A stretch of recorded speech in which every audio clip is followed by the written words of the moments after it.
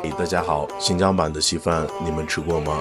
那就今天一起来学一下食材丰富、口感也很独特的稀饭做法。选用牛肉或者羊肉都可以，先把肉切成小丁，然后再切一些土豆和胡萝卜。想要食材更丰富，还可以加一些卡麻菇。青红椒也用同样的方式切碎。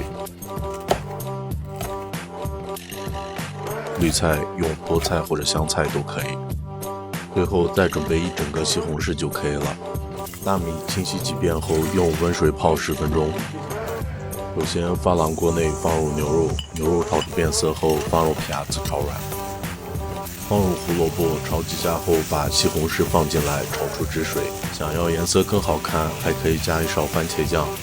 新疆家常饭的调味只放盐就可以了。大米和水用1:3的比例，先倒入水，用小火煮20分钟。时间到了之后，放入土豆，继续用小火煮15分钟。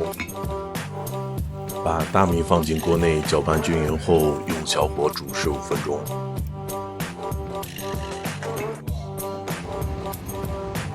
最后，先把青红椒和大蒜放进来，搅拌几下。出锅前放入菠菜就可以了。就这样，好吃有暖胃的新疆版稀饭也做好了。最后祝大家用餐愉快，然后记得点关注。